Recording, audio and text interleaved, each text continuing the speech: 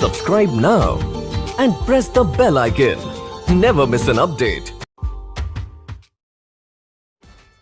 चित्र में प्रदर्शित परिपथ में A तथा B बिंदु के बीच तुल्य प्रतिरोध ज्ञात करें। देखिए चित्र A, चित्र B, दोनों में A और B के बीच क्या ज्ञात करना है? तुल्य प्रतिरोध। क्लियर?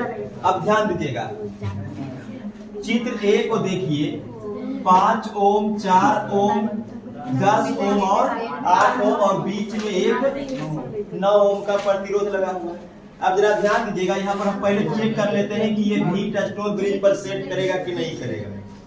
अगर हम इसको मान लेते हैं P, इसको Q, इसको R और इसको S, तो यहाँ हम देखेंगे कि P बटा Q अगर निकालते हैं तो 5 बटा 4 आता है, तथा R बटा S निकालिए तो कितना आएगा? 10 बटा 8, यानी कि फिर से 5 बटा 4। अब बात कीजिए, चूंकि यहाँ हम देख रहे हैं कि P बटा Q और R बटा S दोनों बराबर आ गया है, 5 बटा 4, 5 बटा 4। अब P बटा Q बराबर R बटा S कब होता है? जब भी टचस्टोन ब्रिज बैलेंस्ड होता है, संतुलित। तो इसका मतलब है कि ये जो पूरा परिपथ दिया वो परिपथ किसका है? संतुलित भी टचस्टोन ब्रिज का। किसका है? संतुलित भी टचस्टोन ब्रिज का।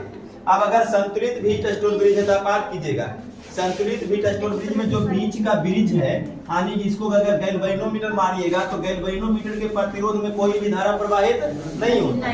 इसका मतलब है कि ये जो सर्किट में लगा हुआ 9 ओम का प्रतिरोध है, ये किसी काम का नहीं है, इसमें करंट ही सप्लाई नहीं होगा। तो अगर हम इसको यहाँ से हटा भी दे तो कोई दिक्कत नहीं, क्योंकि करंट सप्लाई हो नहीं रहा। तो ये वाला परिपथ देखिए, मेन रूप से आपका बचेगा क्या?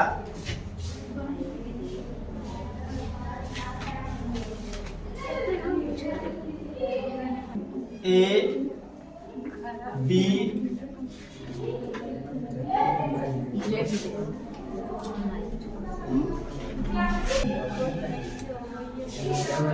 देखो ये छोटू, अगर हम ये वाला परिपथ को हटा देते, ये वाला प्रतिरोध को हटा देते हैं, तो यहाँ पे 5 ओम, यहाँ पे 4 ओम, यहाँ पे 10 ओम और यहाँ पे 8 ओम, वैसे ही रह जाएगा। अब ध्यान दीजिए, हमको निकालना क्या है?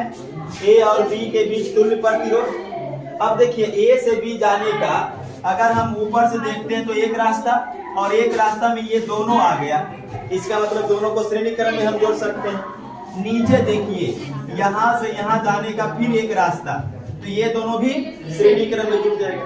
तो ये जो परिपथ है इसको हम इस प्रकार से बना सकते हैं। देखिए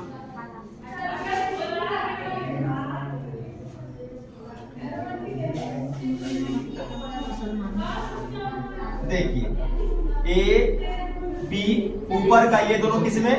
श्रेणी क्रम में। श्रेणी क्रम में R1 प्लस R2, तो 5 और 4 9। नीचे भी श्रेणी क्रम में, तो R1 प्लस R2 18। अब ये दोनों किसमें आ गया? समानांतर में। तो हम इसमें लिख देंगे समतुल्य प्रतिरोध R और A के बीच समतुल्य प्रतिरोध R किसके बीच?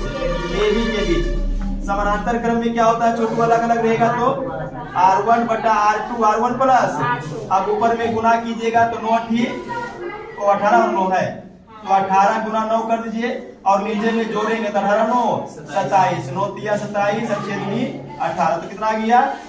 6। इसका मतलब है कि ये पूरे सर्किट का समतुल्य प्रतिरोध A और B के बीच कितना है? 6।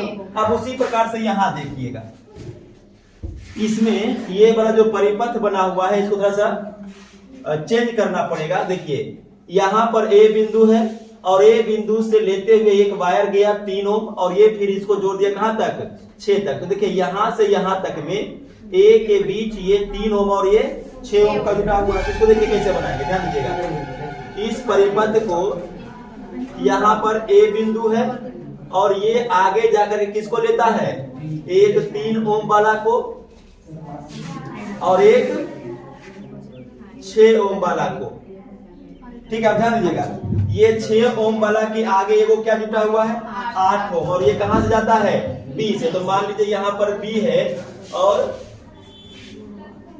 ये इसको आगे बढ़ाते हुए कितना 8 ओम को लेकर के बी तक पहुंच जाता है। और देखिए ये 6 और 8 के बीच पूरा यहां से यहां तक लेकर के ये यहां से 30 ओम तक है, तो ये 30 ओम हो गया।